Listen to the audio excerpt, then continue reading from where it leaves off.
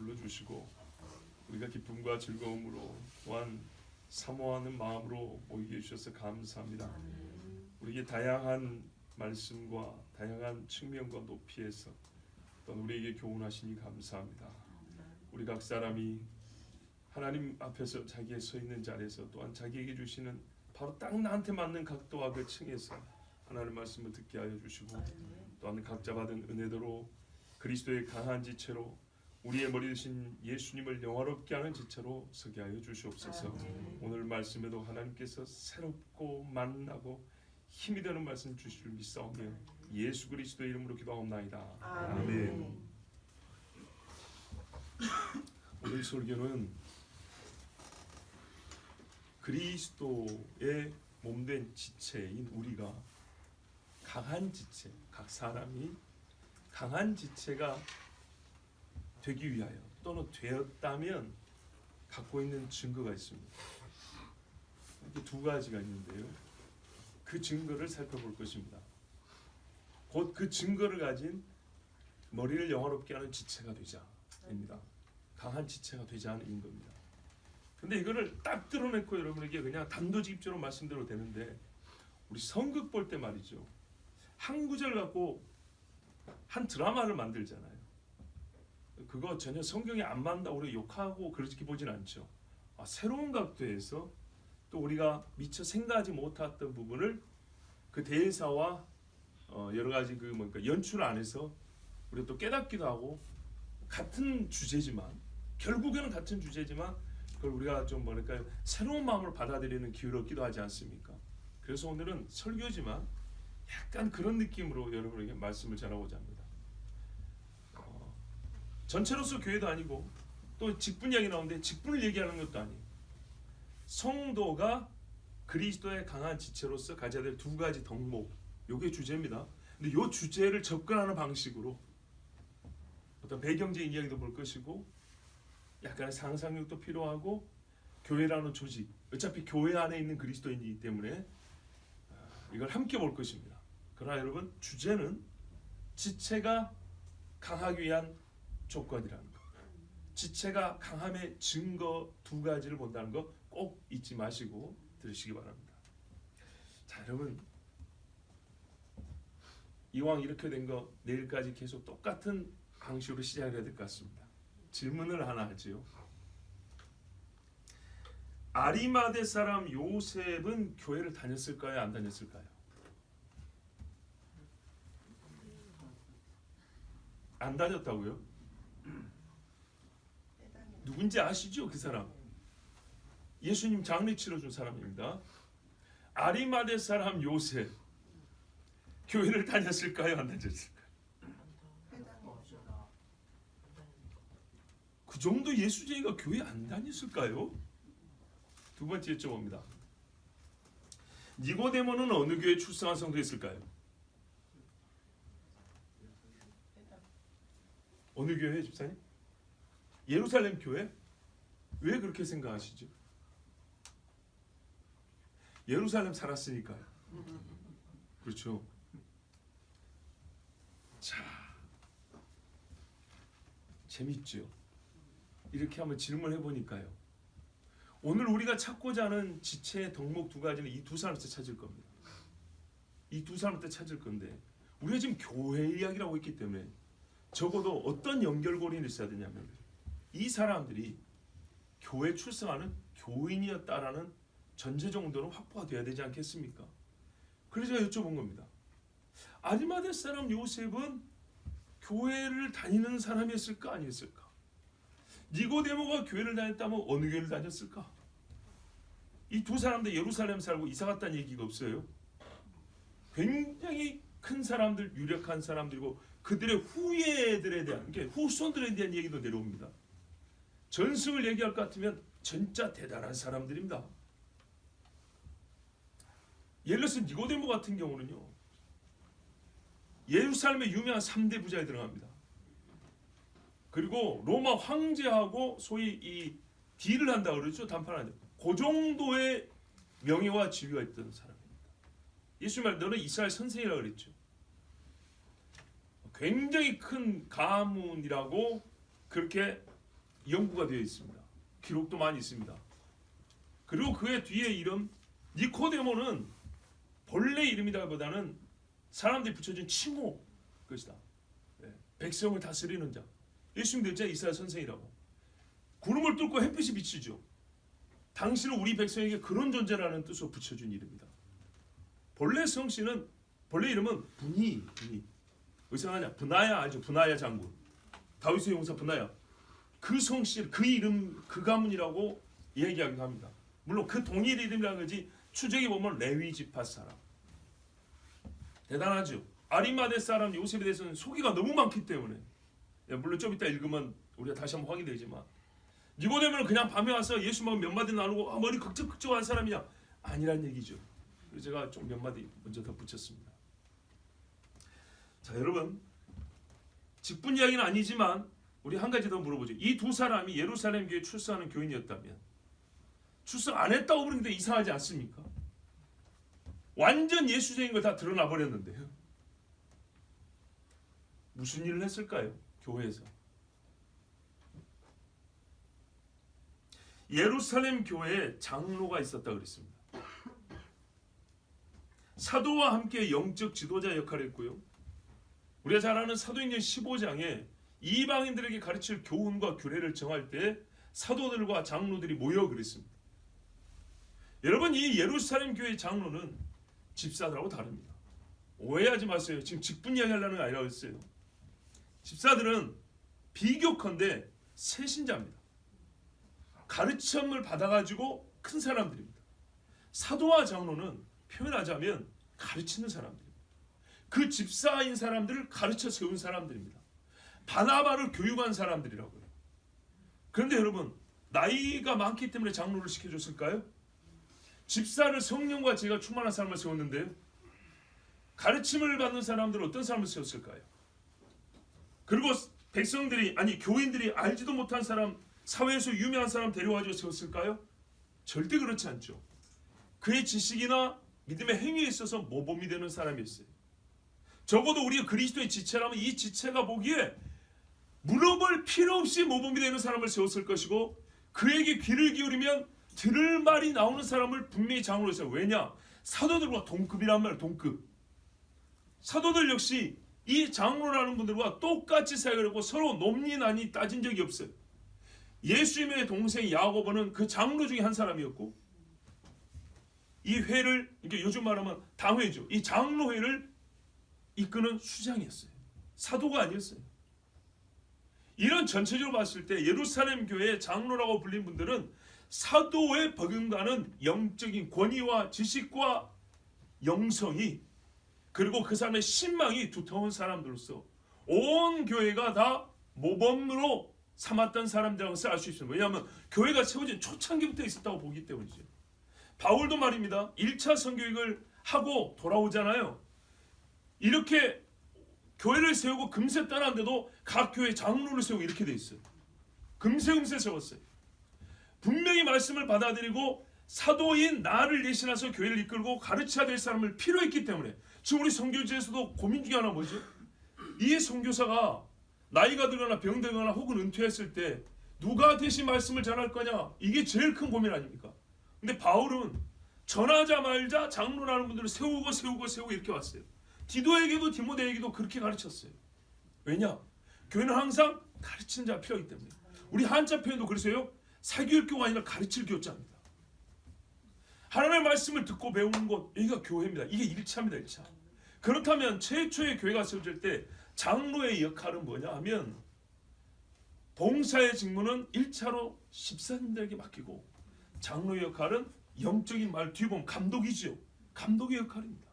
가르치고 권면하고 꾸짖고 책망하고 격려하기도 하고 훈계하기도 하고 아버지 역할을 하는 겁니다. 자, 그렇다면 한번 여쭤볼게요, 여러분. 아리마대 요셉하고 니고데모가 우리 교회 왔어요. 장로 후보가 되었어요. 여러분 같으면 뽑아줄라 합니까? 안 뽑아줄라 합니까? 네, 정말 제가 지금 선거운동하는 거 아니잖아요. 그죠? 정말 생각을 해보세요. 이 사람들이 회당을 갔을까요? 이 사람들이 사내들인 공회에 가서 거기서 직무를 계속 감당할 수 있었을까요? 있을 수가 없는 일입니다. 있을 수가 없다고요. 여러분 예수님의 십자가 앞에 나왔다는 것이 어느 정도의 충격적인 사건이냐, 그걸 우리가 잘 모르기 때문에 지금 회당 가지 않았을까, 아니면 뭐 그냥 계속 성전에 있지 않을까, 예전에 있던 그 자리에 혼자 기도하고 있지 않을까, 골방 교인으로 있지 않을까. 천만의 말씀입니다. 거기 있을래야 있을 수가 없는 사람들입니다. 룻이 모압을 떠나왔으면 이제 베들레헴 유다 땅으로 가야 되는 것처럼 십자가 앞에 나와버렸다는 얘기는 여러분 숨어있는 것도 아니고 저기서 찍찍 울고 있는 여인 몇 사람도 아니고 십자가와 자기를 묶어버린 사람들인데 어디를 간단 말입니까, 그 사람들. 자, 우리가 말씀 보겠습니다. 마태복음 27장 57절에서 60절입니다. 마태복음 27장 57절에서 60절 말씀 보겠습니다.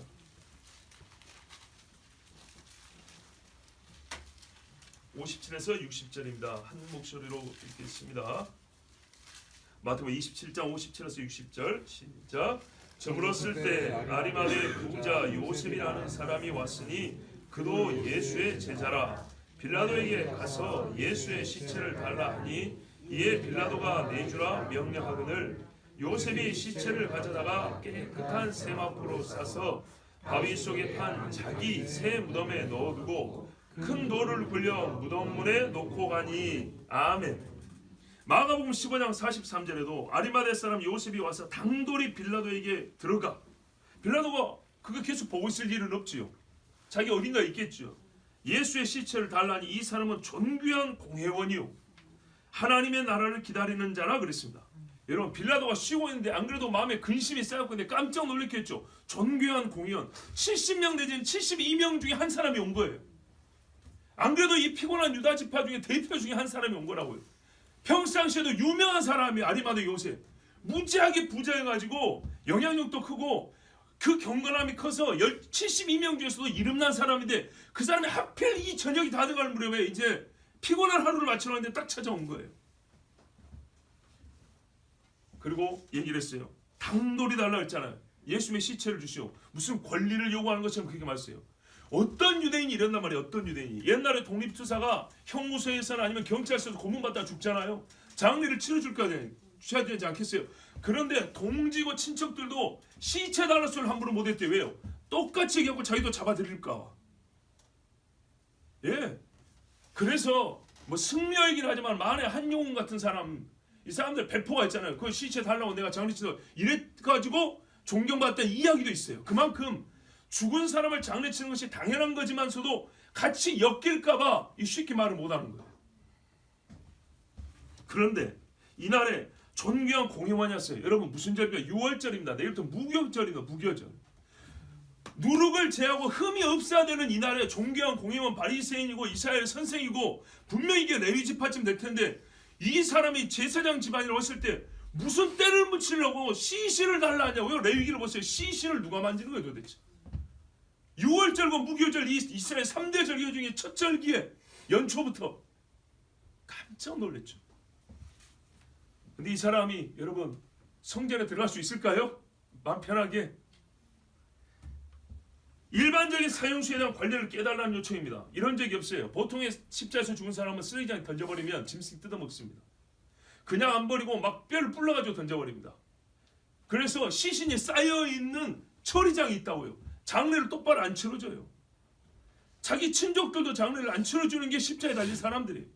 그런데 남이고 자기가 이스라엘의 존귀한 공회원인데 왜 이스라엘의 반역자로 해서 오늘 죽은 사람 중에 수개라는 이 사람이 시신을 달라고 자기가 장례를 치르겠다 하냐 이 말이죠.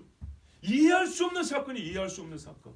그것도 오늘이 무교절인데 이 밤에 온 가족이 모여가지고 떡 나누면서 포도주 나누면서 양고기 먹으면서 서로 하나님 말씀 주거니 받거니 해야 되는 이 시점에 이 사람이 그거 준비하라고 뭐하러 와서 장례를 치르겠다 하냐고요. 장례를. 친족 장례도 안 치를 밤에. 만약에 여러분 이런 분이 우리 교인이라면 여러분 본받을 게 있습니까 없습니까? 이런 분이 우리 교인이라면 내 신앙이 강해지겠습니까 약해지겠습니까? 나도 예수의 제자라 이렇게 나온 거예요. 나도 예수의 제자라. 자기를 버리는 의식을 했습니다. 지금까지 나 공회원 아리마대 요셉은 6월절 이렇게 지킨 적이 없어요. 오늘부터 다르게 지키겠다는 거예요. 빌라도 당신 지금까지 십자가에 처형된 사람 이렇게 장례를 치렀다는 얘기 아마 전임자들한테 들어본 적이 없을 거다. 당신이 처음으로 일을 해야 한다고. 내가 먼저 깨고 왔으니까 당신도 깨달라고 요구한 거예요. 빌라도가 알아요. 이 사람이 지금 이걸 요구하는 게 얼마나 큰 거를 버리고 온 건지. 빌라도가 안 내줄 수가 없어요. 그렇지 않아도 예수 주신 것때 찝찝한데 그나마 미안한 마음을 좀 덜 수 있죠. 쓰레기장에 버리는 것보다. 가져가라 그랬어요. 근데 궁금하다. 이렇게 빨리 죽었냐? 확인해보니 죽었다. 그래서 내주었어요. 하나님의 나라를 기다리는 사람이라고 마가복음에 되어 있어요. 하나님의 나라를 기다리는 자, 제대로 기다리는 사람이죠. 공회원의 명예가 중요치 않습니다. 예수의 제자는 사람들의 비난과 핍박을 감수합니다. 예수의 제자는 지금 내가 해야 할 일을 미루거나 외면하지 않습니다. 하나님의 나라를 기다리는 자는 나에게 있는 것을 하나님의 나라와 의를 위해 내놓습니다. 아리마대 요셉은요, 공회원 자격도 재물도 무덤도 다 내놨습니다. 자기 무덤에다가 예수의 시체를 넣어놨는데 누가 이 사람을 예수와 분리해서 생각할 수가 있냐고요. 지금부터. 나중에 예수님 비우고 그 사람이 거기 들어갔을 건데 별일 없었으면 죽었으면 자기가 또 그 자리에 묻혔을 거 아니겠습니까? 예수의 제자라고 성경이 말합니다. 이 사람 공회원, 부자 뭐 여러 가지 이름이 있지만은 이제부터 한 가지 이름을 갖기로 했습니다. 예수의 제자. 숨어있는 자는 예수님의 제자가 아니었습니다. 본인 스스로를 이제는 드러내고 나왔습니다. 더 이상 숨어있을 수가 없다. 근데 전에도 말씀드렸잖아요. 예수님이 죽은 자 살릴 때 나서면 오죽이나 좋아요? 예수님이 묻는 병자 살릴 때 나서면 오죽이나 좋냐고요? 귀신 쫓을 때 나섰으면 같이 빛나고 좋잖아요. 근데 뭐 한다고 죽은 시신 앞에 나와서 나는 예수의 제자고 이제사 말하냐고요. 근데 이제사가 시간이 늦은 거지만 장면과 사건을 볼 때는 이렇게 극적일 수가 없는 거예요. 뭐 예수님 앞에 지금 이 상황에서 얻어먹을 게 있다고 예수의 제자라고 무슨 이익을 바라고 드러낸단 말입니까? 이거는 진짜 회개가 아니면 할 수가 없는 거죠. 죽은 예수의 몸을 장사하면서도 이 사람이 갖고 있는 신앙은 무슨 신앙입니까? 죽은 예수를 장사하면서 예수의 제자로 드러냈기 때문에 이 사람은 부활신앙을 갖고 있는 겁니다. 부활신앙. 부활신앙이 없으면 죽은 예수를 장사한다고 자기를 죽은 예수와 묶을 수가 없는 겁니다. 함께 죽고 함께 산다는 믿음이 있어야 이게 가능합니다. 그래서요, 이 사람은요, 존귀한 공회원이라는 면류관을 벗어 던지고 예수님의 십자가 앞에 내놓았습니다. 그리고 사람에게는 가장 수치스럽게 추억스럽게 발가벗겨서 못이 박혀서 피와 물을 다 쏟아내는 그 속에 있는 것을 다 드러내고 죽임당한 예수지만 예수님을 영화롭게 했습니다. 그 앞에 자기 공회원의 면류관을 내려놓고 죽은 예수를 영화롭게 한 사람이었습니다. 이스라엘의 영화로운 자가 나사렛 예수 유대인의 왕을 높였습니다. 장례를 정성스럽게 치러준다는 것은 높인다는 얘기입니다. 옛날에 아마사의 시체, 다윗의 장군 아마사도 길바닥에 버려버렸습니다. 그것이 바로 그를 수치스럽게 하는 방법이었습니다. 어느 나라보다도 유대인들은 장례를 중요시 여겼습니다. 보십시오. 야곱의 장례를 치러서 애굽에서 가나안까지 그거 수십 일을 갔다 왔지 않습니까? 유대인의 모든 장례법을 지켰다고 되어 있습니다. 성경에 보면 요한복음에 말하면 유대인의 장례 법대로 했다고요. 여러분 꼼꼼하고 깨끗하고 시간이 많이 걸리는 겁니다. 이게 얼마나 재밌는 일인가. 그렇게 예수님의 시신을 닦고 향유와 모략과 향품을 집어넣고 세마포로 거의 정말 정성스럽게 싸는 이 장면에요, 수많은 사람들이 어떻게 쳐다봤을까요? 예수를 죽인 자는 흙인 눈으로 쳐다봤겠죠. 예수를 사랑하는 여인들은 계속 울면서 쳐다봤겠죠. 그래요. 이 사람 오늘요 너무너무 큰 일을 했어요. 무슨 일 했냐? 예수님을 영화롭게 했고 많은 사람으로 하여금 예수를 어떻게 대우해야 되는지 모범을 보였어요. 예수를 영화롭게 한다는 것이 무엇인지 모범을 보였다고요. 며칠 전에 이런 일이 있었죠. 죽을 예수를 향해서 기름을 붓고 눈물 흘린 여자. 죽을 예수를, 예수님이 영광을 받으셨어요. 그런데 혼자 일을 하려고 작정하고 왔어요. 얼마나 용기 있습니까? 혼자. 근데 뜻밖의 하나님의 섭리는 얼마나 놀라운지, 뜻밖의 나하고 똑같은 인간이 하나 더 있는 거예요. 여러분 요한복음 19장 38절에서 41절 보겠습니다. 우리에게도 이렇게 뜻밖의 믿음의 사람들을 만나고 동역하는 은혜가 있기를 바랍니다. 요한복음 19장 38절에서 41절.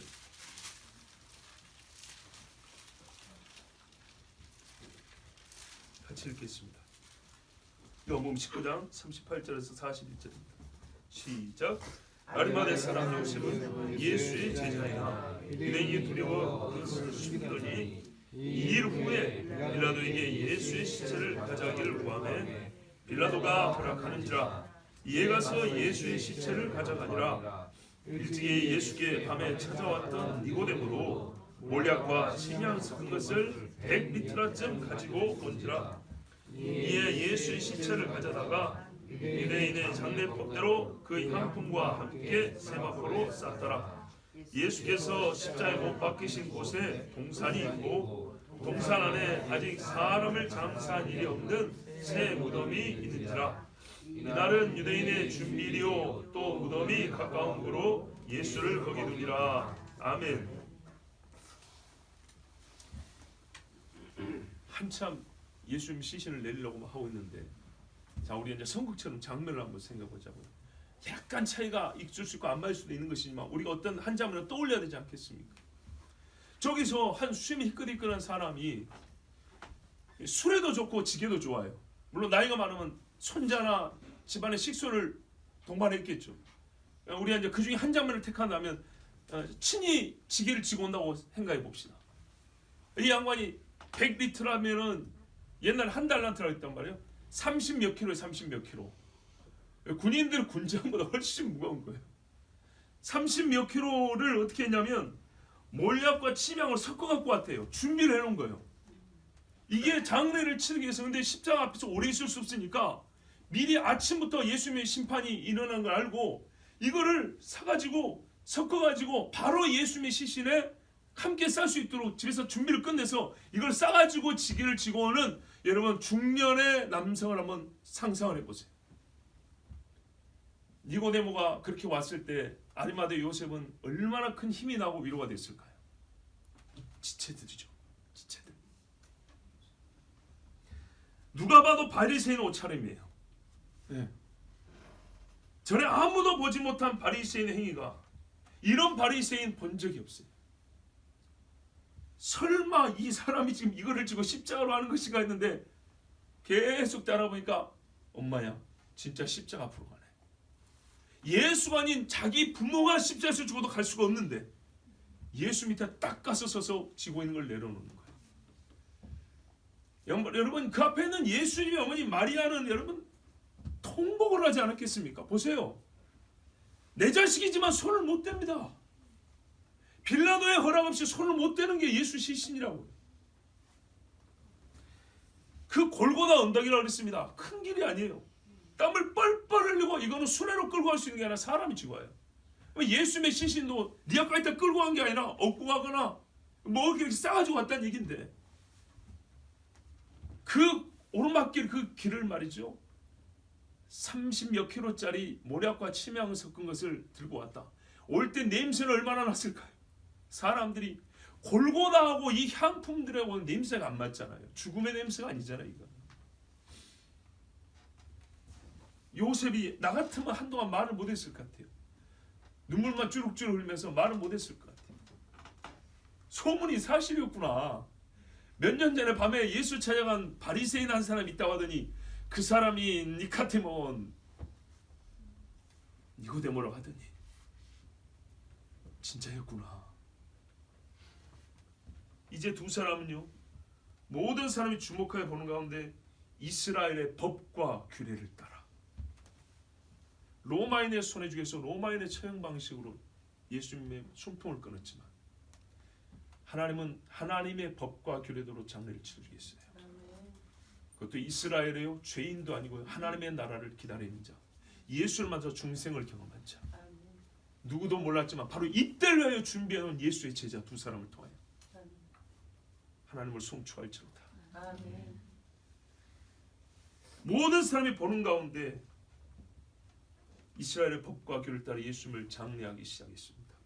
덩달아 주변에 있던 사람들은 예수 죽음의 증인뿐만 아니라 예수 장례의 목격자가 되었습니다. 누구도 예수를 대충 어디 숨겨놨다가 가져갔다는 둥, 죽지 않았는데 기절한 사람이 어쩌고 이런 말을 할 수가 없었습니다. 장례 치는데도 시간이 걸립니다. 그 과정을 하나하나가 산 사람은 할 수 없는 겁니다.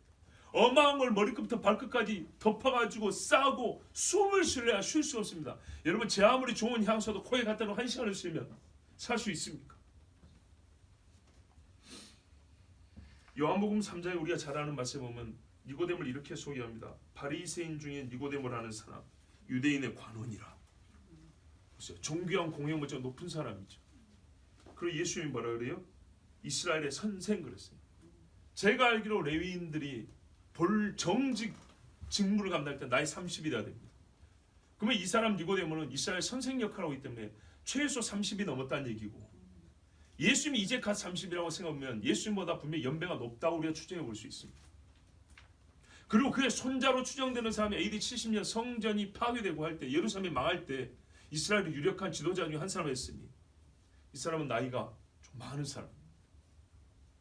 근데 이분이 와서 뭐라 했습니까? 분명히 이렇게 말했어요. 우리는 당신이 하나님께로부터 온 선생인 줄 아나이다 그랬어요. 지금 무슨 말이야? 선지자라고 말하는 거예요. 선지자. 내가 당신께 배우러 왔다고. 이 사람의 자세를 봐보세요. 그런 다음에 뭐라 했습니까? 모르니까 모른다고 했어요. 거듭남이 뭔지 모른다고 아는 척 안 했어요.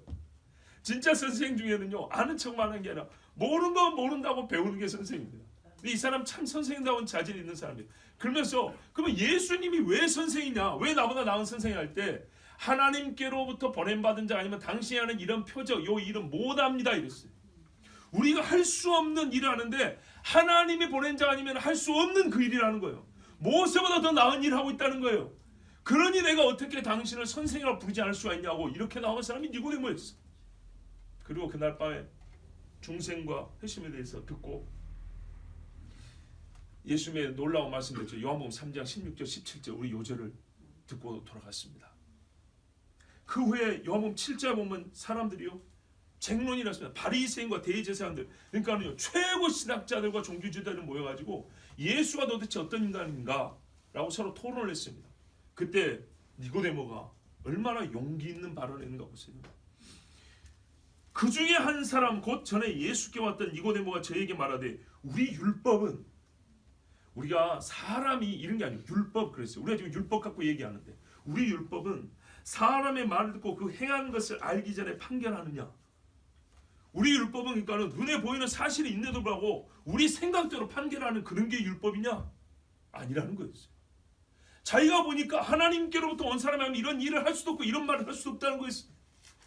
이렇게 용기 있게 말하는 사람이 바리새인 니고데모였어요. 유대인의 거의 다 관원이었어요. 근데 이 사람이요 십자가 앞에 와버렸어요. 이게 무슨 말이에요? 다 내려놓는다 그 말이에요. 이제 예수 죽인 사람들이 예수 장례치는 사람을 받아 주겠습니까? 그 대제사장과 바리새인의 회가, 그 모임이, 그 클럽이 예수 장례치는 사람을, 우리가 예수를 죽겠는데 니고데모를 날마다 보면서 훌륭한 일을 했다고 존경하면서 같이 있자 하겠습니까? 출교죠. 출교. 누구든지 예수 편에 있다면 출교라 그랬는데, 이스라엘의 선생으로서 하나님으로부터 온 선생을 만나서 진실로 하나님 나라를 가르치는 선생이 되었다. 이후에 니고데모가 진짜 하나님 나라를 가르치는 진짜 이스라엘 선생이 되었다고 본다면 제가 잘못 생각한 것인가요?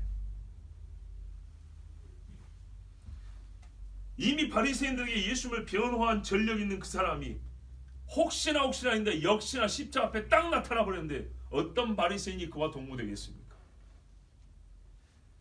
이제는 숨을 필요도 없게 되었습니다. 그들이 쫓아냈을 게 분명하니까요. 여러분은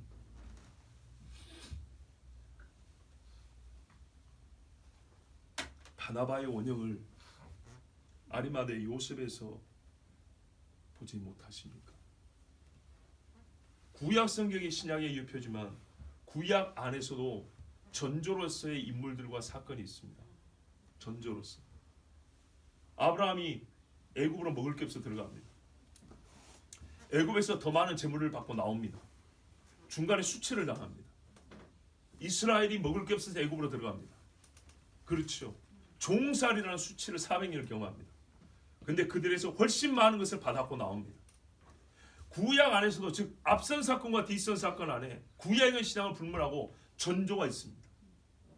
반복되어 우리에게 하나님이 증폭하고 강조하여 보내주는 믿음의 패턴들이 있습니다. 하나님의 약속의 성취의 패턴들이 있는 거예요. 바나바 부자였습니다. 착한 사람이라고 그랬습니다. 이 사람이 사도들의 발 앞에 자기 판 것을 갖다 놓았습니다. 저는 바나바 같은 사람이 누구한테서 배웠을까 한다면 가장 배우기 좋은 사람이 물론 요한도 되겠습니다. 세베대의 아들들도 되겠지만 오늘 본문에 따르면 아리마대 요셉, 그 사회적 지위와 명망을 볼 때 요한이 당시로서 이 요셉한테 비할 바가 아니지 않습니까? 그러니까 가장 큰 차이를 보여준 사람이라고요. 사회적으로는요 제일 높은 데서 제일 낮에서 떨어진 사람이란 말이에요. 그래서 우리에게 믿음의 충격파를 더 크게 준 사람, 잊을 수가 없는 사람. 여러분, 스데반이요 이스라엘의 역사를 읽고 구약을 1시간의 설교를 다 하고 돌에 맞아 죽었습니다. 스데반의 말이 니고데모의 입에서 나온 말로 들리지 않습니까? 이스라엘의 선생 니고데모, 오해하지 마세요. 바나바를 요셉이 사살했다거나 뭐 스데반은 니고데모한테서 배웠다거나 니고데모한테서만 배웠다거나 지금 그런 이야기를 하려는 게 아니에요. 그들이 교인이었을 때, 각 지체들을 강하게 했을 때 그 강함이 어떤 모습이었겠냐는 거예요. 바울의 신앙과 그 가르침에 율법과 구약의 역사가 풍부하게 담겨 있는 것은 다른 사도들도 성경을 모르는 바는 아니지만 바울이 더 뛰어나게 그 풍부함과 깊이를 우리에게 보여주는 것은 그가 어려서부터 율법을 아는 사람이었기 때문입니다. 그래서 성령께서 그가 갖고 있는 지식을 활용하셔서 정말 하나님 아들 예수 그리스도를 성경 전체를 풀어서 정말 다채롭게 높고 깊고 넓게 가르쳐 주었습니다. 그랬다면 제가 사도들의 권위를 무시하지 않는 것이 아니라 사도들의 지식도 작게 보지 않지만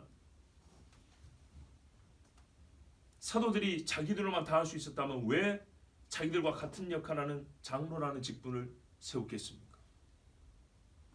자기들이 가진 것도 많지만은 같은 믿음을 갖고 있지만 훨씬 더 나은 일을 할 수 있는 사람들이 있었기 때문에 함께 지도하고 함께 가르쳐야 하지 않겠습니까? 여러분 같으면 아리마대 요셉이나 니고데모 같은 사람이 유대 사회에서 쫓겨나 120명이 기도하는 그 자리에 문을 똑똑했을 때 여러분 환영하지 않겠습니까? 같이 기도하고 같이 성령을 받았다고 같이 교회를 세웠을 때 내가 사도라고 할지라도 이 두 사람을 무시하고 당신들은 다시 우리한테 배우셔 그랬겠습니까? 나는 예수를 3년 쫓아다녔지만은 잡히던 날에 도망갔고 십자가 앞에 가본 적도 없고 빈 무덤을 보고서도 믿지 못하고 벌벌 떠는 주제였는데 이 사람들은 예수하고 같이 죽겠다고 십자가 앞에 나가면 그 현장에 나간 사람들인데 누가 감히 그 앞에서 내가 사도요 하고 큰 소리를 치겠습니까? 오히려 겸손하게 선생님 같이 합시다. 당신들이 갖고 있는 하나님 역사와 구약에 대한 지식은 우리가 갖지 못한 것입니다. 우리에게도 가르쳐 주시고 이 수천 명의 제자들이 있는데 안디옥 교회가 사람이 많다고 5명이면 됐죠. 근데 예루살렘은요 한 방에 5,000명 3,000명이 왔던데 사도 12명으로 이게 감당할 문제가 아닙니다. 요셉이요 니고데모요 우리와 같이 합시다. 여러분 충분히 그렇지 않았겠습니까? 그래서 이 두 사람이요 예루살렘 교회 장로가 되어서 성도들을 잘 양육하고 가르치는 모습을 저는 상상해 보았습니다. 조건적으로 볼 때 그 사람들은 예루살렘에 살았기 때문에 환경적 조건이 그럴 수밖에 없고 그들이 행한 일 자체가 그렇게 되지 않고는 다른 식의 삶을 상상하는 것이 오히려 불가능하게 만들어버렸습니다. 유대인의 자부심과 그리스도인의 자부심 중 무엇이 낫습니까? 내가 유대인이다. 내 율법을 가진 자다. 나 예수 믿는 사람이다. 당시 유대인들에게는 후자를 택하기 어렵습니다. 그러나 이 사람들은 죽은 예수 앞에 와서 나 예수를 택하겠다고 말한 사람입니다. 그 현장에 있었던 많은 사람이 예루살렘 교회 성도가 되었습니다. 그 장례를 지켜본 사람들. 강해졌을까요? 약해졌을까요? 목을 걸고 예수를 믿은 거하고 마찬가지입니다. 순교할 때 이 사람들을 떠올리지 않았을까요? 예수 죽인 자들과의 친구됨하고 예수의 친구됨 중 무엇을 택할 것인가? 존귀한 공회원이라는 명예와 교회 장로라는 명예 중 무엇이 더 빛나는가? 유대인의 관원으로서 권세를 행하고 죽을 것인가? 그리스도의 몸으로서 머리를 영화롭게 하고 호흡을 마칠 것인가? 가진 재물 내 무덤까지 내놓는 모습을 보고 신자들이 무엇을 배웠을까요? 배운 게 없었을까요? 모든 지식을 다 그리스도를 위해 쓰는 것에 지체들을 감사하고 감격하지 않았겠습니까? 아리마대 요셉, 니고데모. 아리마대 요셉은 약하고 몸통기에 숨어있는 새끼손가락 같은 그리스도의 지체였습니다. 유대인들이 무서워 숨어 있었다 했습니다. 이렇게 숨긴 새끼손가락밖에 안 되는 지체였어요. 그런데요, 그리스도의 죽음이 희한하게 그를 그날 강하게 만들었습니다. 정말 역설적이죠. 그리스도의 죽음이 더 이상 연약한 작은 숨어있는 새끼손가락을 잊지 못하게 만들었어요. 나가게 만들었어요. 고난 중에 강함이 그리스도의 지체만 보일 수 있는 고유한 능력이라는 것. 그는 다른 지체들에게 모범으로 가르쳐 주었습니다. 배우고 또 배운 제자로서 주를 영화롭게 할 때를 알고 약한 지체들을 강하게 해줘야 할 때를 알고 십자가 앞에 걸어나온 니고데모. 이 사람은 지식이 충만해서 때를 분별할 줄 아는 사람. 무엇을 했는지 이미 알고 있는 선생이었어요. 지금이 그때라고 생각하고 지금이 바로 그리스도의 제자들조차도 숨어있는 이때야말로 내가 나서야 될 때라고 생각하고 나오는 정말 뭘 아는 그리스도입니다. 성경에 때를 아는 것이 지혜라고 했는데 과연 이스라엘 선생답지 않습니까? 진정한 이스라엘 선생으로서 니고데모는 이스라엘의 주님에 대한 말씀을 가르치는 자가 되었음이 틀림없습니다. 이제 우리가 본 주제로 돌아갑니다. 그래서 이 두 사람이 그리스도인들에게 준 이 모범이 많은데 지체들을 강하게 하고 머리를 영화롭게 했는데 그거를 요약하여 두 가지 덕목이라고 아까 했지 않았냐? 그게 뭐냐? 둘이 똑같이 한 것이지. 십자가 앞에서 시작한 그리스도를 위하여 나를 철저히 부인함. 십자가 앞에 나갔다는 것은 우리가 나무조각 십자가 앞에 나오는 상징적 행위가 아니라 그날 그 시에 예수님이 달린 바로 그 십자가 앞에 나왔다는 것은 지금까지 나는 없다는 말입니다.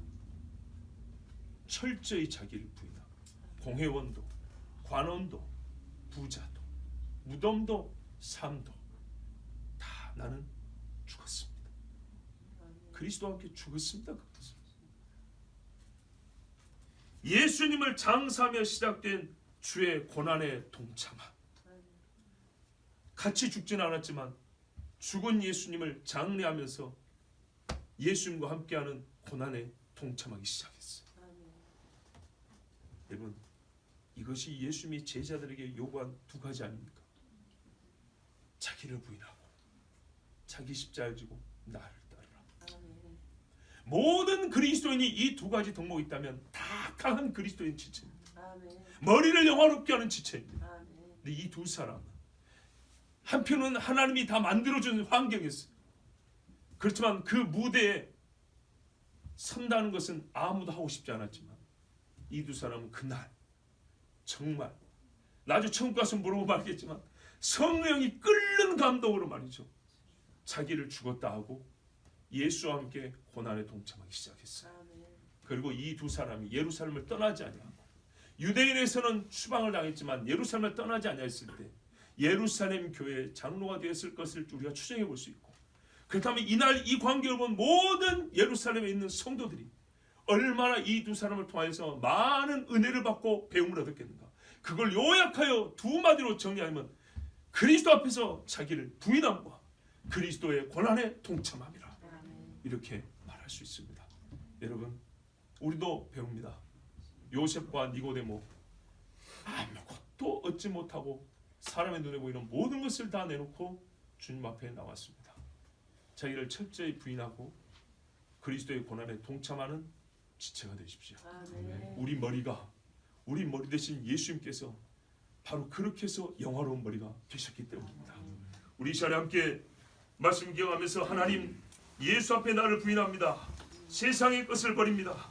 예수님의 고난과 죽으심에 동참합니다. 하나님, 나에게 믿음을 다하여 주시옵소서. 우리 주여 한번 무려 기도하겠습니다. 주여